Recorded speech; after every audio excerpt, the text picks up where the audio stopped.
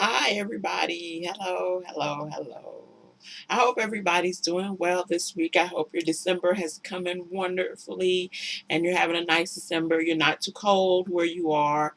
If you're warm, I hate you. But but if you're cold, you're not too cold. It's getting chilly around here in Seattle. We're getting like days there. It's like the high is 35 and stuff. I know it's colder other places. Please, please, please don't fuss at me, but that's cold for us here. But no snow though, so we don't get a lot of snow. Although east of the mountains they get lots of snow. West of the mountains we don't get that much snow, but we'll probably see something sometime. So we're doing okay. It's a little chilly, but that's okay. We'll survive. And I'm coming to you with this week's Love and Hip Hop, The Lessons. And you all know I've been watching Love and Hip Hop New York this season, and every week doing a sort of lesson synopsis, not really a synopsis of the show and stuff, because there are some lessons in that show that are just so basic, even I wouldn't touch that. But there's some stuff that's really important that I think it's important for women to know regarding dating and things like that. That show really shows what not to do. Now, it would be great if I thought all women knew this, but I don't. I don't think it, and I don't see it. I don't see women conducting themselves in that way. I don't see men treating women in the way that, like, they know what they're doing, or the women know what they're doing and stuff. I don't see it. And I'm just not talking about like these folks on here who people would quote unquote call ratchet or whatever. I'm talking about your regular everyday folks. I see this all the time with just regular everyday people and stuff. Heard these wild stories of people doing stuff in a relationship that you're thinking, huh, what? Well, at least I'm thinking, huh, what? But last night's was really good. I'd seen the last 30 minutes and I thought, oh no, I'm not going to have anything to say. That's what I saw on Monday. But then yesterday I watched the whole show. Usually I watch this show 2 or 3 times in a week so I can make sure that I'm seeing, and I can get details and stuff, and really know what your lesson's going to be today regarding the show. Oh, and stuff. And over the week, what's the lesson going to be for that week regarding the show? Well, this week's lesson should really be one that people know, but people don't know and don't think about when it comes to dating and mating. People don't even think, even have a clue. And I think you should. And I think you should make sure that you think about this when you're dating someone, and maybe you're in a difficult situation or in a situation you don't. You're trying to think, well, how do I extract myself from this situation? What do I do about it, or whatever and stuff. And so last night's show had sort of the continuing drama, soap opera drama, of Tara and Peter and Amina, and and stuff, and what was going on with them. And so it's just, they're back and forth and back and forth, and Amina wants to know kind of what's happening, and now that it's out in the open, she feels like they should really just go on just as a regular couple. Well, of course, Peter doesn't think that and doesn't want that, because, well, he doesn't really love either one of these women. So he wants, of course, to have his cake and eat it too. So last night, what happens is Tarek, he spends time with his kids and talks about, his kids, and how he really doesn't want to, separate from his kids, and stuff. And he wants to keep a relationship with them, even with all this going on. But, he wants to make sure that, he loves his kids and all this stuff. And, great and all. That's really nice that you love your kids. If you love your kids so much, you treat their mom a little better. But hey, that's just me. Um, And he's just talking about, he's really messed up and stuff, and he really has, and that she won't really see him and stuff, but he wants to make sure to keep in contact with his children, and he's made a bad decision, and he has a decision that he has to pay for. Understand that when you make bad decisions or any decisions, the consequences will be yours. Now, you can't put the consequences on other people. You can't blame other people for what it is that you've done. Those consequences are yours.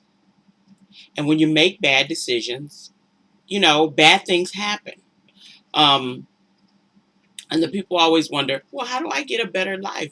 Well, you make better decisions. That's how that happens. I mean, it's really easy. How do you get a better life? Hell, you make better decisions. And so this week, I'm going to be talking about not making better decisions, but I'm going to be talking about you knowing what your weakness is. So he gets the kids and takes them back to her place, and he stays. And she comes in later on in the evening. That was during the day, and he stays, and he's laid on whatever couch that is that she has in that place, the place that she's been in, the place that she's paying for, the place that she's going to work. And so when he's laying there and he's asleep, and he said, oh, the kids are asleep now, and all this stuff. And then he starts sort of messing with her and flirting with her, and he's like, oh, can you come over here, and and essentially it's kind of making a sexual invitation to her and all this stuff, which is so skeevy that it's just like, ugh, ugh, and stuff. And she's grinning and laughing because, as women, we're stupid, okay? Just a lot of times we're just stupid. Um, and like it's really cute, and stuff. And I'm thinking, he has a wife, he's cheated on you and all this stuff. And this is not a compliment to you. It's not a compliment to you if some guy that has a wife that's cheated on you wants to have sex with you. Guys want to have sex with a lot of women. Here's a big clue.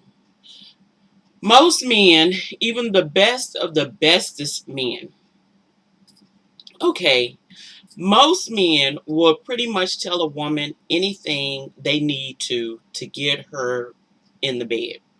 Dudes would tell you they could make you the Queen of England and give you a fortune in diamonds and gold if that meant you would drop into the bed and give them some. They are not beyond going really, really low. And I'm telling you, even the nicest dude, even the kindest dude you ever met has done that. And I don't care what dudes say, nah, lie, lie, lie, lie. Every dude's done that. Okay? Every dude's done that. And I love my husband and he's a great guy, but even even he's done that before when he was young. Now this man is old, which really, at this point, it looks really pathetic. But yeah, every dude's done that. I'm sorry. They have. They've done it before and stuff. I don't care what story they tell you. Yeah, they have. So, and she's like, no, you're not going to get any. And, and they start playing and tussling around. The next thing you know, she jumped on top of him. So, of course, yeah, he got some. Which, I was just like, really? But there is the rub. You have to know what your weakness is and stuff. And so later on, Tara's in the car with K Michelle talking about what happened, and K Michelle was like, "You cannot be around this man no more. You're just gonna be in a state of constant confusion and pain and anger being around him all the time," which is what happens when you break up with people. And just like I said last week, dudes only need a crack. They only need a crack to get back in there. They only need a crack. When you break up with people and you're in the throes of pain, and K Michelle was talking about you're in pain, and she was saying, yeah, I'm in pain, and it's irrational, and so I'm making it rational. Listen, if you know you can't make a rational decision, if you know you need some time, if you know you're in so much pain, if you feel like maybe you want to get back at this, because essentially what she was doing was not, part of it was having sex with him, because, hey, like I say, sometimes you get lonely and stuff. But But getting back at Amina, which is like, really, well, I don't even understand women's thing about getting back at the other woman. She's married to him, okay, and looks like her stupid behind's gonna stay married to him. So who are you really getting back at? Who are you really causing pain for? So now she's in pain, regretting what she's done, and stuff with him, and trying to figure out how not to do this again. Or here's a clue for anybody that needs a clue or wants a clue and thinking about a clue or whatever. Here's a clue. You have to separate yourself, okay, from this person. You, of course, haven't created boundaries. And of course, these women know nothing about boundaries. You talk about some folks with some soft, easy in and out or no boundaries whatsoever. Okay. But here's a clue. You have to separate yourself from that person. And you have to know what your weaknesses are. Because listen, he knows. Okay, he's been with her, 13 years.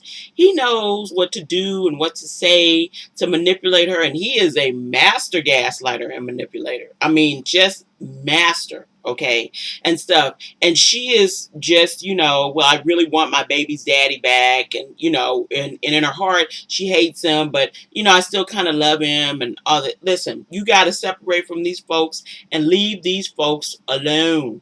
Okay. Here's what happens. If you know your weakness, then people can't use it against you. Okay. You have to know, and I saw this earlier this week from the man who wrote the Boundaries book. You have to know what your needs are. And that way you can avoid getting manipulated. Because you have to figure out how to fill those needs. But you have to know what your needs are. Okay? And her need not to be lonely.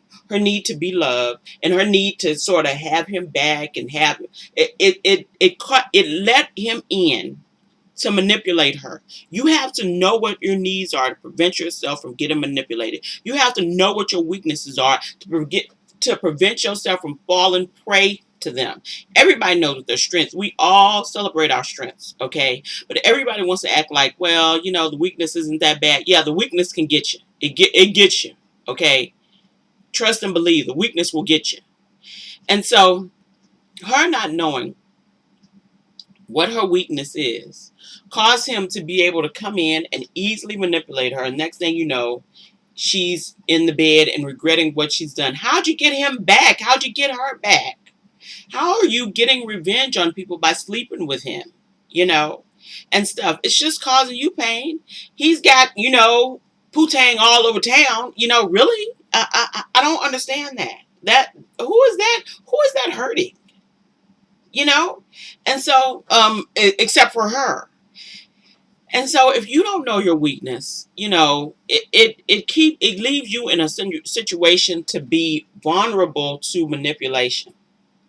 Listen, if you're a person that knows that you can't, if she's calling herself, well, I need to, not see him and I need to figure out how to get him. If you know you're a person and you're with this person and you've broken up with them and you're still sort of confused and, and stuff, it happens. And you're still in pain and you're still lonely and it happens. You have to make sure that you don't see that person until you work those feelings out. Because what happens is, if you do, you may end up sort of falling back into relationship just out of, I'm lonely. Just out of that and stuff. Which essentially, she fell into the bed out of, I'm lonely, and stuff. And now she's in even more pain and feeling used. And, if you know that you and the ex can't, we've been broke up for a couple of days or a week or two or whatever, and you can't sit on the couch with them without thinking, hey, let's get it on, then you don't need to sit on the couch with them.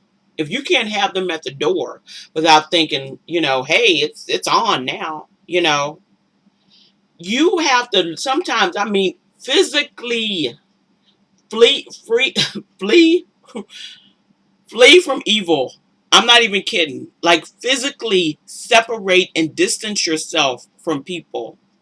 When my ex-husband and when I finally kicked him out and we were done and stuff, listen, that was a painful time for me. And also a time that was vulnerable and he could have used against me because Lord knows he was a master manipulator. But I kept myself away from him, and there was one time I did, a little bit after we kind of had, I was done and thinking about divorce and thinking about what I wanted to do. And it was a few weeks after we had gotten together, and nothing sort of happened on the physical level, but I just was like, oh, because I'm thinking, well, we're married, and stuff, and then I thought, oh, wait a minute, hold it. And I literally had to tell him, you can't come around here anymore. I can't see you. You can't come around here. You can't talk to me. You can't do anything, and distancing myself from him helped me to make the decision to divorce him, which was a good decision, to make the decision to, move on with my life, get my own place, just completely separate myself from him, and he was distraught, and yeah, he was faking crying and all sorts of stuff, but I was not coming back. And I did not want to see his face. Now, I know that can be hard if you have children with a person, but listen, you could, if your baby's dad or ex-husband or whatever is with the kids, then and you don't really want to see him, and stuff. If it's just too much, it's too painful. If it's just, you feel like you're going to be out of control or whatever of your faculties or whatever, you just haven't gotten it together yet. Yeah. What should have happened was he should have dropped them kids off at somebody else's house, you know, dropped them off with a babysitter and left and went back to his own house. You cannot be in physical kind of proximity with somebody when you're that weak and vulnerable.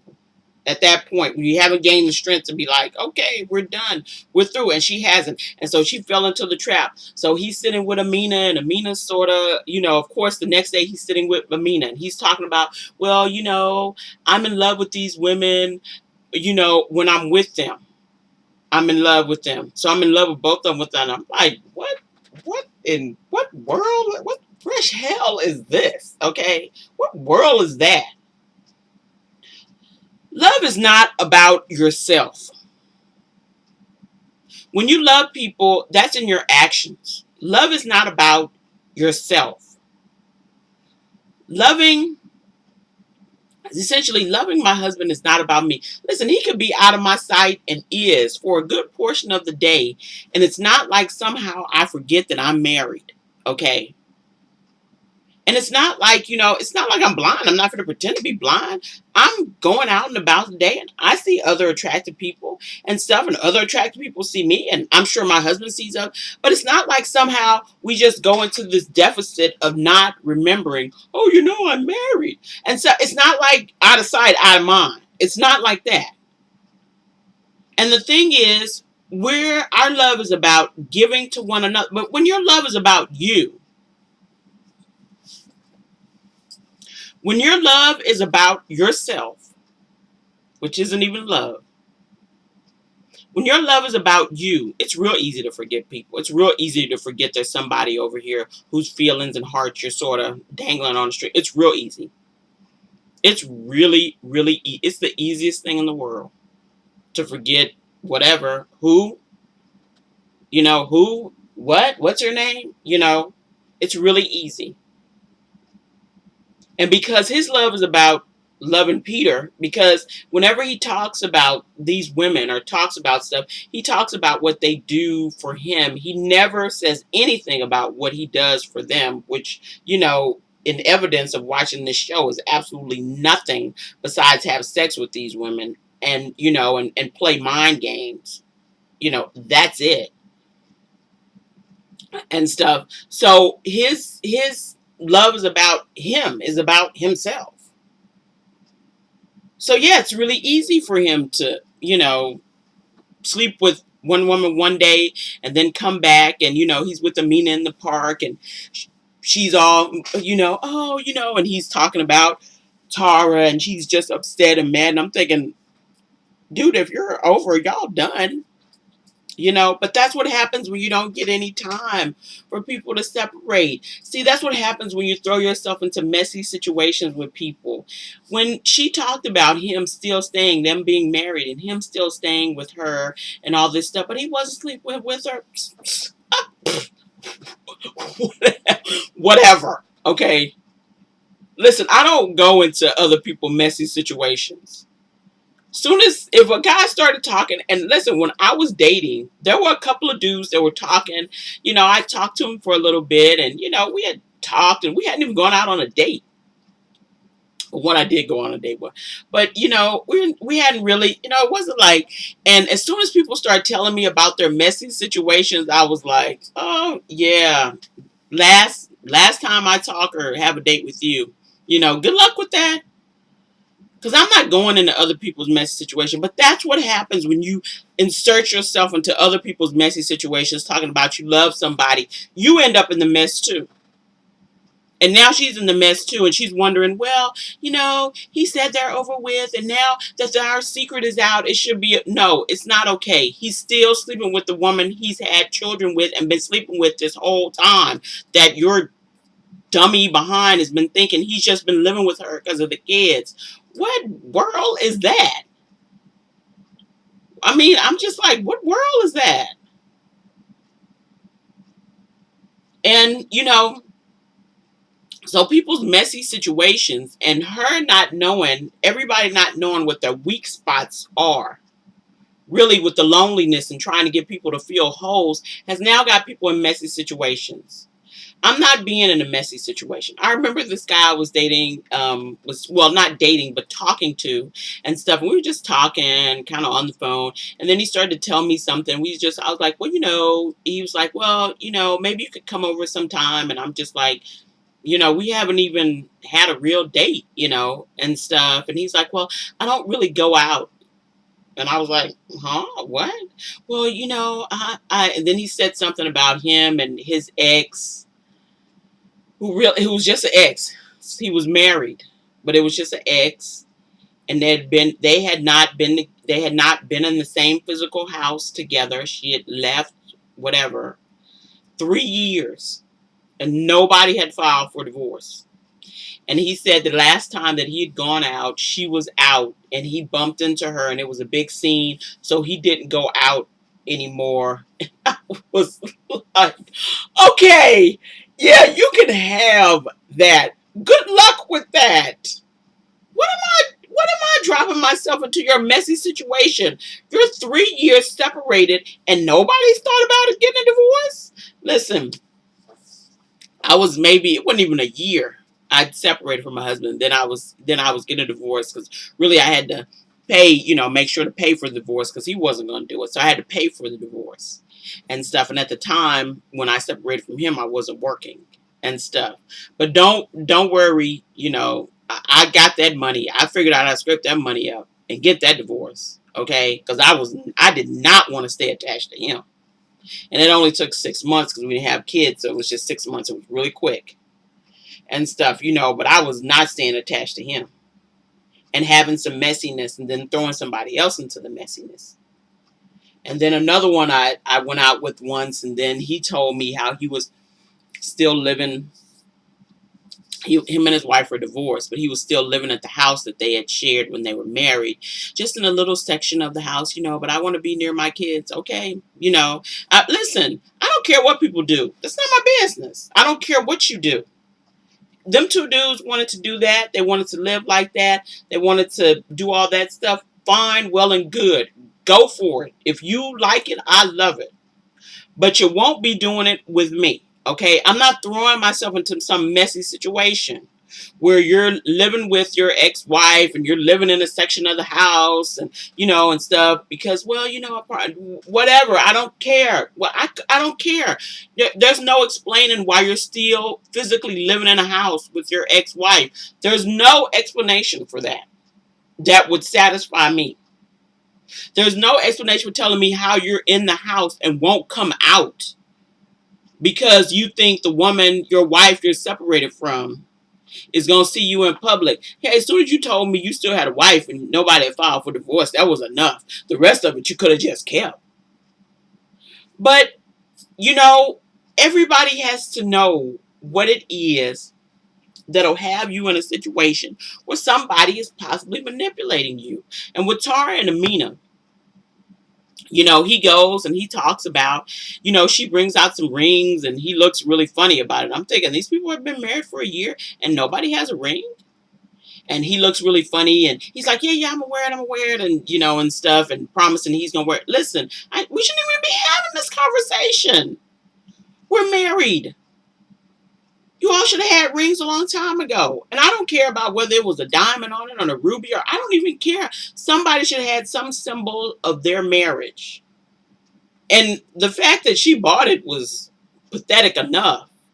But the fact that he was like, oh, yeah, having to promise he was going to marry her. And then he's talking about Tar. Well, she's going to be really upset. And she's like, I just don't understand. And I'm just thinking, you're just an idiot. You're just an idiot. You're just an idiot. I mean, it's just an idiot. Okay.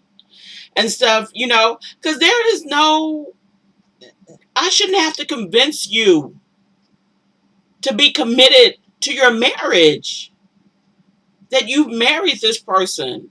And, but he's back and forth. And then he's like, well, maybe we can get a hotel in the city tonight. And she's just like, have like a honeymoon. And then I'm thinking, oh, he slept with Tara the other night. Ew.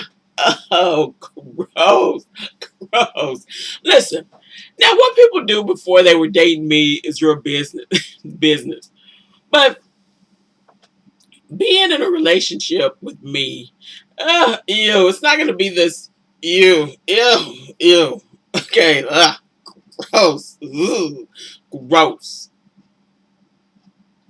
And if you don't know what your weakness is, if your weakness is whatever it is, you will end up in a situation that you will be happily manipulated in, okay, by somebody. Happily. They will use your weakness against you. You have to know what that is. You have to search yourself. Have some moments of introspection, please. Because if you don't get it, they'll figure it out and they'll use it against us. Lots of people willing to use your weakness against you. Lots. Don't be fooled. Lots. Lots of people are willing to do that. They don't have any problem with it.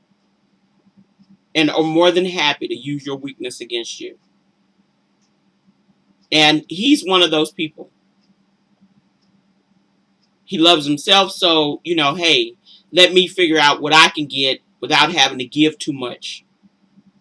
And that's pretty much the philosophy, Let me figure out how much I can get without ever having to give too much. And both of these women are just playing into his hands. And as much as he's, bemoaning his situation, really? You're getting, like I said, you're getting sex all over town. Really? And and these women are both in love with you while you really don't give a damn about either one of them. They're, boo-hoo. Listen, nobody should be feeling bad for him. These two, there's a part of me that feels bad and a part of me that's like, you two are just idiots, and stuff. You two are just fools. But the lesson in this for you is for you to know your weakness. For you to know what it is that somebody could possibly manipulate, especially if you're breaking up with somebody. But even if you start dating, hey, if you're a person and you want things to happen in a certain way, well, then you have to know what your weakness is. If you don't want to have sex, until you're in a committed relationship or until you're married, then you need to know what spot you're weak in. And I remember hearing this from someone. I thought, that's good advice. Listen, what spot you're weak in. If you know that you can't sit on the couch with somebody and without it turning into the lust session, then you don't do that. If you know you can't kiss somebody at the door without all your clothes falling off, then you can't do that. Listen, here is a piece of great advice from Patty Stanger for women, and she's like, if you're really hyped up and you're really feeling like, you're going to die without, like, you're really like feeling in a position of lust and you're going out on a first date, a first or second date with a dude and you don't want to end up in bed. Hey, The battery operated boyfriend, you need to use him before you go out and just relieve that stress and just go on out and be chilling. And I was like, man, that's some good advice. And it's advice I'm giving folks right now. Do not open yourself up to compromising what it is that you want. Because it's really easy. And there's a lot of people that are willing to do it. And like I say, the kindest guy ever is not going to turn down, you know, easy poo-tang. I mean, I'm sorry. I'm sorry. That dude don't exist. Okay?